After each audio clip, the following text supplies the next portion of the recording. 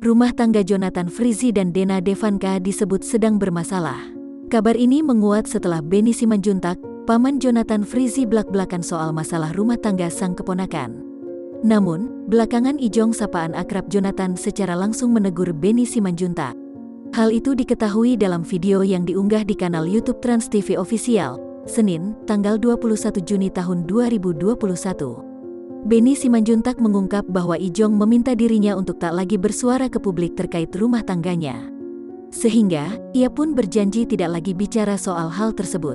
Jadi gini saya tadi malam Ijong kan telepon, ungkap Benny. Acik panggilan Ijong ke Benny, biar saja, keluarga aku yang ngurusin. Oh iya, sayang, sambungnya. Kemudian, ia kembali menirukan ucapan Jonathan Frizzy. Ya sudah Acik gak usah ngomong-ngomongin lagi, kata Benny Simanjuntak.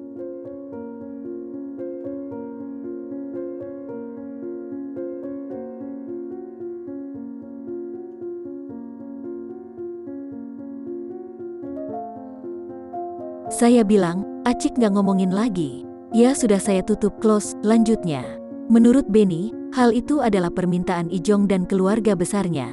Benny Simanjuntak memilih bicara ke publik sebagai bentuk untuk menyeimbangkan informasi terkait masalah rumah tangga keponakannya. Permintaan dari Ijong dari keluarga saya juga, karena kan sudah ada balance, tadinya terlalu memojokkan Jonathan Frizzy, terang Benny.